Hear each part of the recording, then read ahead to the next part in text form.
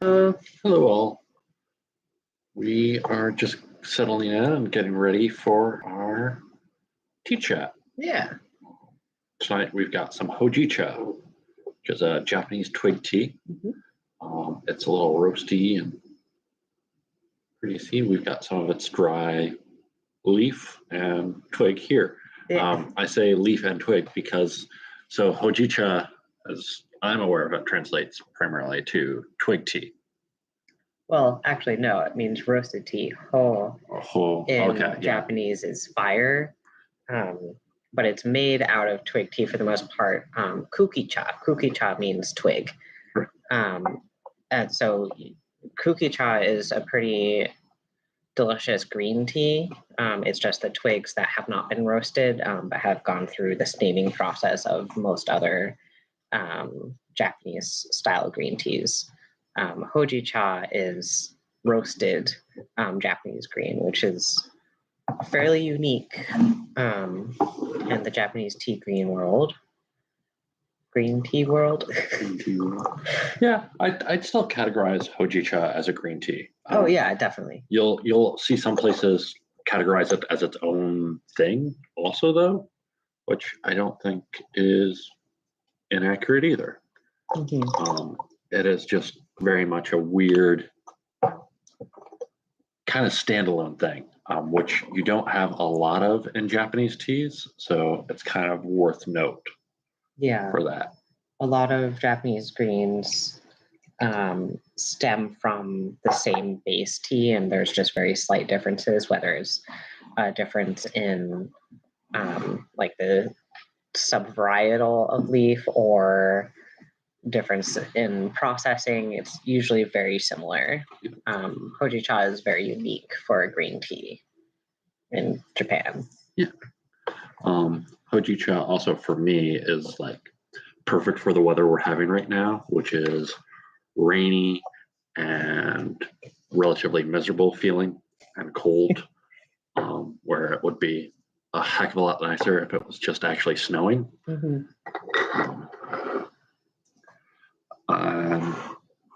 Yeah, so someone's saying that this Hojicha is very nice. It has strong flavor. Yeah. We agree. This is a very delicious Hojicha. There are some that do tend to taste a little bit weaker. Like muted, I'd say yeah. more than weak. But I'm a stickler for weird words. Yeah. A lot of that, though, has to do with the fact that Hojicha, brewing-wise, is also very different compared to most Japanese greens. Most Japanese greens want to be brewed very cool temperature compared to many others, 70 to 75 degrees Celsius, we usually say. And for a short period of time. You don't want to brew most Japanese greens for more than a minute if you're doing multiple infusions. Hojicha is very different in that you want to go for more of a 90 degrees Celsius for 2 minutes for the first infusion. It's what I have found to be one of the better practices, at least starting out, and then adjusting from there. I also think with Hojicha, it does really well as a high volume beverage. So like most teas I like in really short, small amounts, going over and over and over again for multiple infusions. Hojicha, I tend to drink more in a mug kind of mentality of like 8 or 10 ounces at a time, which still for most folks is relatively small amounts. Yeah, it's big for Kung Fu style. But like for me, Hojicha is kind of like a hot chocolate in that it's like just very warming and soothing, and I've definitely got to be in the mood for it. You can't pour this. I can. It just can't pour it properly. Yeah. This is a right-handed teapot. The tokoname style of Japanese teapots are handed, and because the majority of the population is right-handed, they tend to be right-handed. Left-handed tokonames are a little more expensive, like left-hand guitars. Mhm.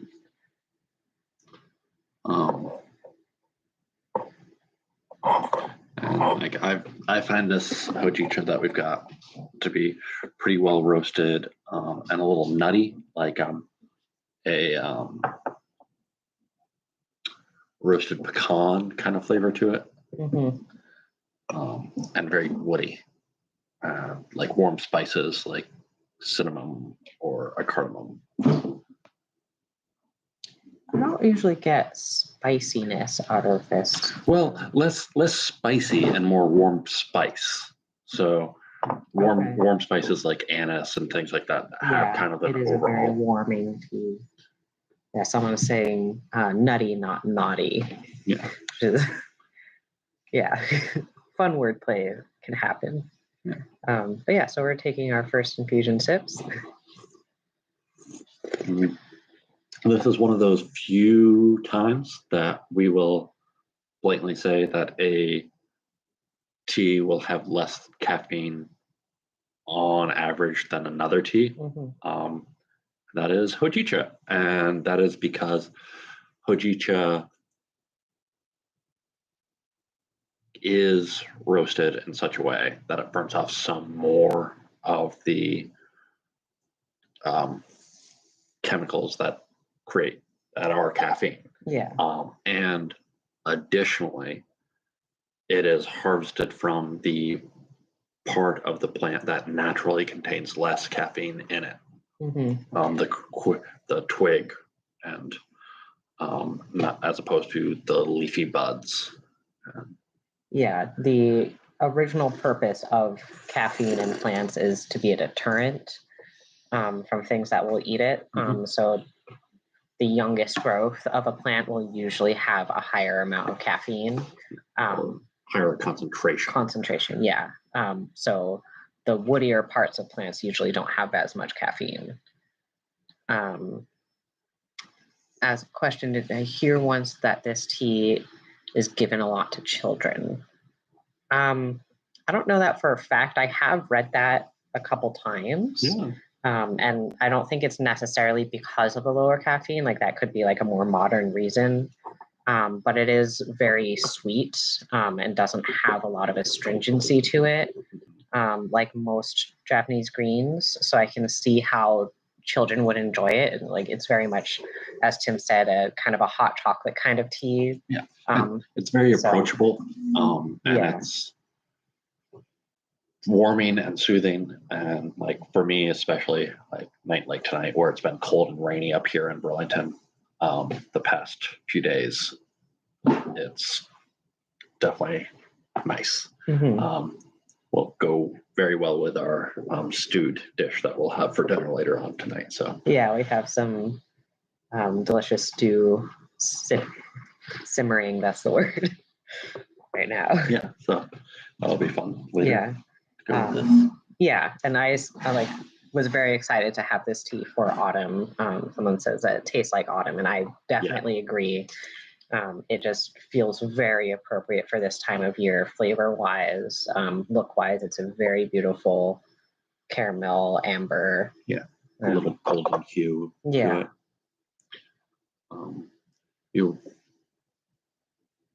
When did Hojicha start really coming into production? Well, so it was invented in the 1920s as a direct result of new machinery. From the Meiji Restoration. There was a big increase in tea as an economic product in Japan, and farmers couldn't keep up.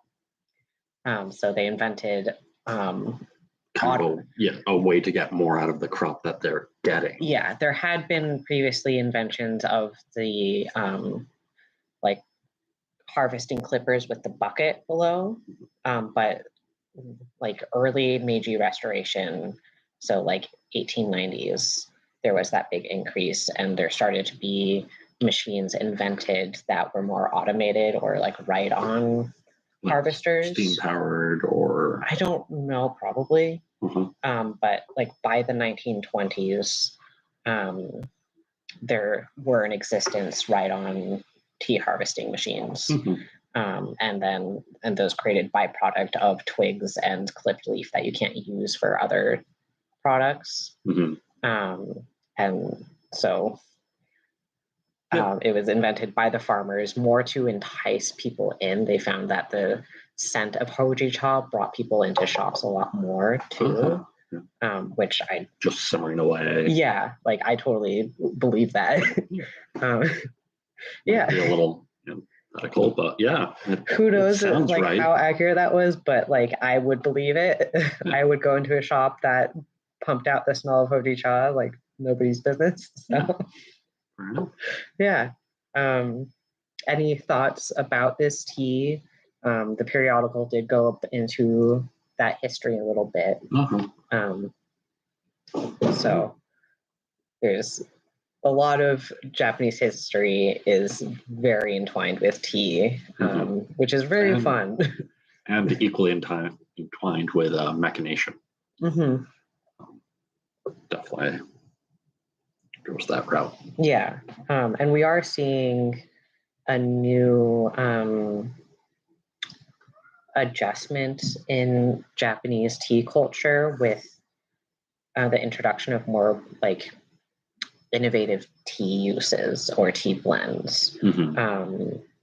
Powdered hojicha is becoming more popular with the thought of bringing tea into mixed beverages. So that's fun. And like there's like, we have matcha lattes. Similar drinks are there in Japan, as well as like more of a dessert style drink as well, using the powder to like infuse the flavor a little bit more, so it's less of a thin drink. Yeah, I would definitely say in drinking this hojicha and this as well as other hojichas, it tends to be a pretty thin, watery drink. Like it is. Yeah, it's not definitely mouthfeel wise full bodied. It definitely enters the realm for me of flavored water type beverage, where it's like, oh, this has something to it, but texturally wise, it's very watery. Yeah. But not in a way where drinking like a Taiwanese oolong, the wateriness is a subtraction from that tea, where you're like, oh, I'm really missing that unctuous quality. You want a Taiwanese oolong to be a little bit more thick. Yeah. Remind someone of the tea with toasted rice. Yes. Genmaicha. It does have a toasted rice note to it. Though that can get confusing, but those are very similar. And I did come across a blend of hojicha and genmaicha. It was the hojicha leaf with the rice in it. And I really want to try that. It sounds really good. Also a little like barley tea. Yes. Yeah. Barley tea is very popular in Japan. And I'm all for it. It's delicious. Yeah, it is very much a like roasty, toasty beverage. Yeah, it just tastes sweet. Yeah, and delicious. This hojicha. Also, barley does, but this particularly, I think, is like. I don't think you could have picked a better tea to do, as we're now in November somehow. Yeah. Not really sure how that happened. October went by very quickly. I don't know if anyone else experienced that. And it feels like the daylight savings hit really hard here. It's like very dark by 5 o'clock. So it feels wintry. Yeah. Someone's commenting about how they think this is one of our best teas that we've sent out. Yeah. It's like, definitely one of my favorites. Definitely always worth one having on hand. Yeah. I find too. Does barley tea have malted barley or just roasted barley? I believe it's roasted. Anytime I've come across it, it's been roasted. Yeah.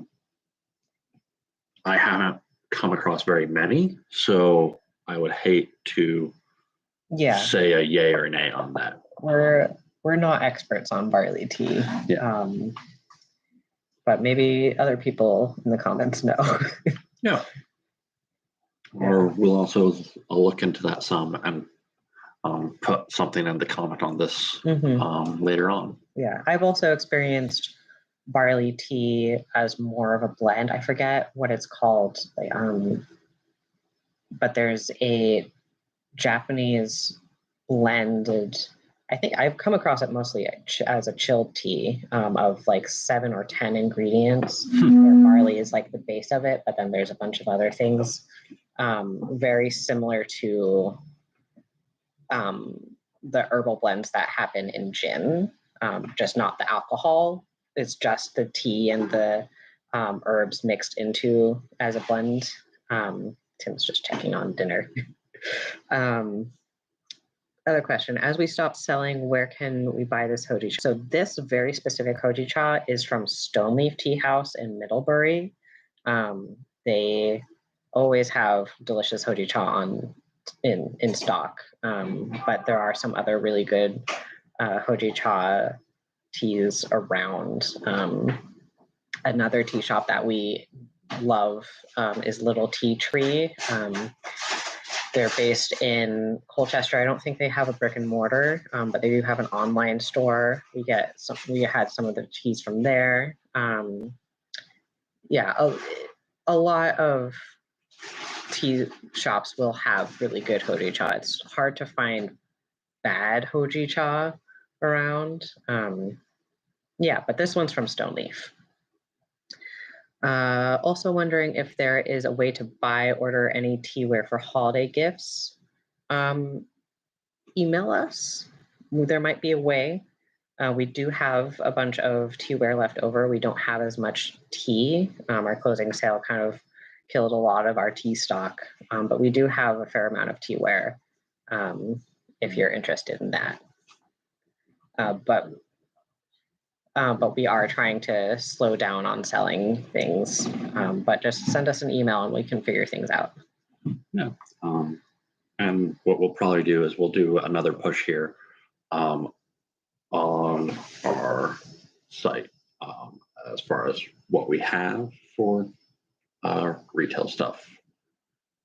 Well, the site's shut down. It is. Okay. Yeah. I wasn't sure if that was fully done. Yeah. But we can do something on Instagram if you want. Yeah, we can do. Yeah, shoot us an email, lionturtletea@gmail.com. I can let you know what we have, what the prices are. If there's anything in particular that you're thinking of, let us know and try to hunt it down for you. We're always happy to help get folks in directions. Yeah, this was really good. I think I'll go for another third infusion of this, and we might be risky. Hojicha is usually best 1 to 2 infusions. A third will usually taste a little bit flat, but that also depends on how much leaf. The leaf to water ratio is important with Hojicha. I usually try to put more leaf than most other teas because it tends to fizzle out pretty quick. And we've got this month. What are we doing for our next month? Next month we're doing a black tea. Black tea. Yeah. So an exciting black tea. Other question, what kinds of food or snacks would you recommend with this tea? Sweet or savory? I would go savory. This is one of those few times that I would suggest sweet items. Interesting, we're flipped. Yeah, and that's simply because I think this is such a savory tea. With like a little bit of that sweet note at the end. That's something like some figs. Like also when I'm talking sweet, I'm talking dried fruit. So that. Yeah, Tim's sweet is like very low bar sweet. My sweet is like, think of a 10-year-old's dream, and that's where my sweet is. Halloween. Yeah. Candies. But I think something like some nice dates or some figs, some fresh figs with this. You want like more earthy sweetness than sugar sweetness. Or like on a little like toast point, some honeycomb Hmm. would be really nice. Yeah, I think those rice crackers with the soy sauce covering, it's not really soy sauce, but What you're talking about. it, wondering if mochi or red bean paste, yes. Red bean, daifuku mochi, red bean paste filled mochi would go very well with hojicha. Or a bowl of rice. Or a bowl of rice with. Or a bowl of rice. Yeah. Really good. So. Yeah. Autumnal, like middle ground food of sweet and savory, of like there's a little sweetness, a little savory. Or like some nice oven roasted carrots, I think would be really good. Make a meal. Roasted pumpkin seeds would be really good. Pumpkin seeds. Most roasted seeds or nuts in general, I think, would play well with the sweet and savoriness that this has. Yeah.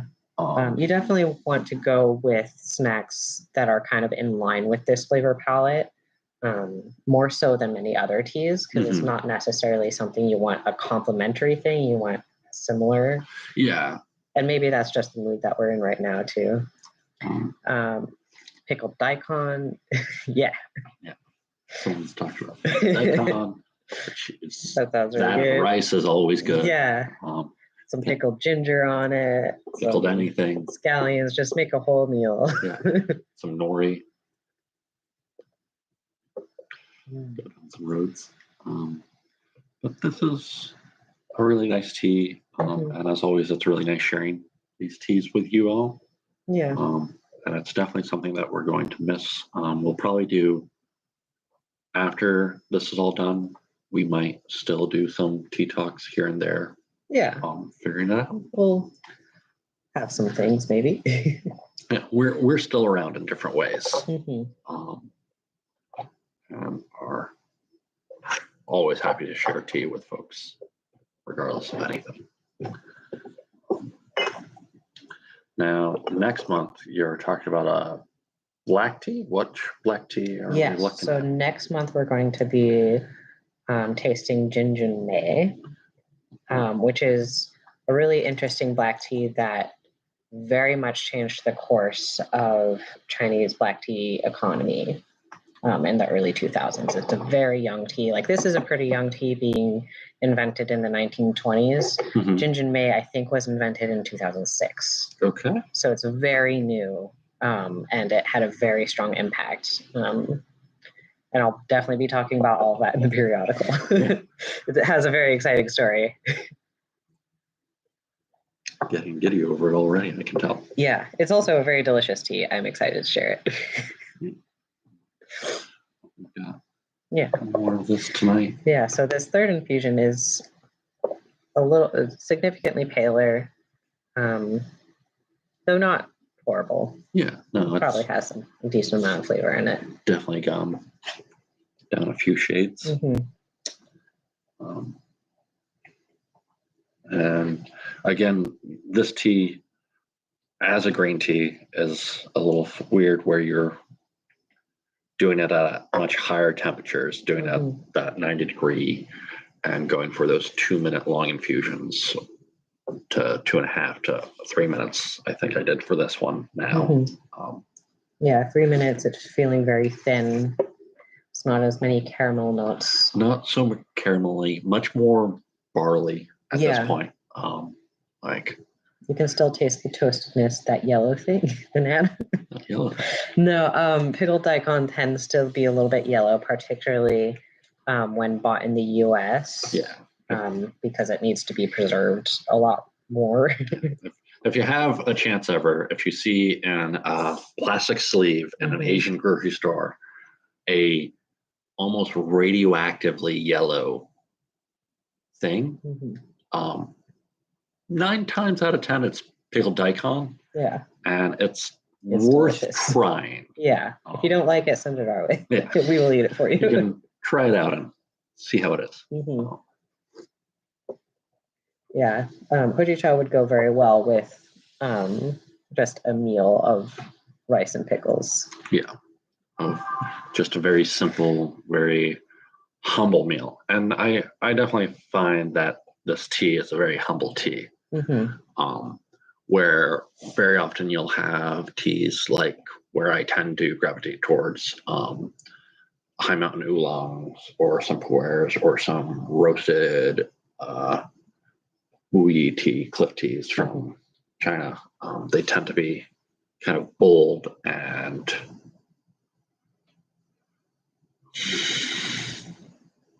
just there in a way that I find Hojicha is just kind of like a warm hug. It's just there and it's like very cozy and it's always ready for you to drink it.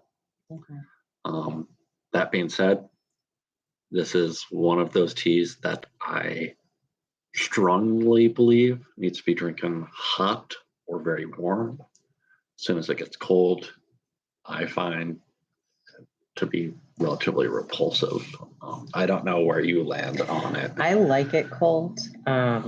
We had this discussion over the summer when we were figuring out some of our chilled teas. I really wanted to serve chilled Hojicha, and Tim was against it. And I think your argument was that it was going to be too weirdly nutty. And it's worth trying and knowing for someone, but I don't think it is a very approachable beverage. I love it. So if you ever want to experiment, make some cold brew Hojicha, stick it in some room temperature water for 6 to 8 hours, and see which side of the tracks you land on. Yeah, we'll find out. And again, if you don't like it, send it to me. I'll just figure out how to your chilled Hojicha. Yeah, it also, like, I've played with it powdered a lot recently. And as a milk drink, powdered Hojicha is pretty good. You do want to add a sweetener to it. I think it gets weirdly bitter and grainy, and the sweetener cuts through that a little better. Someone's asking in the chat if I'm working with a local chef in the area about doing any more collaborations as we end our current iteration and head towards winter. And there's some conversations around that. And I'll be happy to get into that at some point when we know more. But it's also the individual is actively in grad school right now and has 2 kids. So yeah, life's complicated for everyone right now. Yeah, scheduling is the hardest part with those kinds of things. And right now, we're in Vermont, at least, we're at our highest case counts in COVID than we've been at, where there's a lot of figuring things out right now. Yeah. Winter events might not be something that we want to be doing right now. As we get towards spring and summer, we'll definitely keep folks all in the loop via we've harvested email information from when we sent those things out. We have emails, we have social media still. We will be posting updates as they come. Definitely not going to be as frequent as they have been in the last year or so. And they'll definitely be taking the shape of things that we're very excited about and want to share, whether we're doing them or not. Yeah. Definitely want to get out with a bunch of folks and continue sharing tea, being out and about in the world. Yeah. So again, next month we're doing Jinju Mei, which is a Chinese black tea.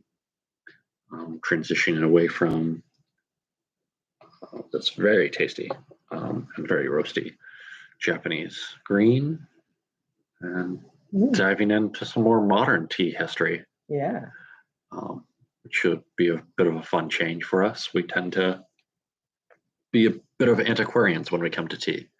Yeah, we get bogged down in the older history of tea a lot, which, like, there's a lot of history in tea, and sometimes you need to know that history to really feel like you know things. Yeah. But modern history is also very important. It turns out. Yeah. Because Ellen likes sushi. Sounds like you two are having a conversation separately. Yeah. Which we support. We're all for networking folks together. Yeah. We're into it all. Well, Yeah. I think that will do it for our tea this evening with y'all. We'll probably continue to have some of this tea with our meal this evening. Yeah. And we hope you and yours are well as we enter into the evening and to get ready for the long dark. Yeah.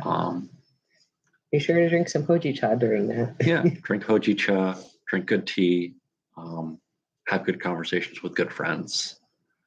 And yes, email us if you have questions, concerns, thoughts about tea, comments, want to chat about tea in general. Yeah, if you have anything that you want to buy that we might have, email us, lionturtletea@gmail.com. Or if there's a tea you've been looking for that you can't find, yeah, we'll help you hunt it down.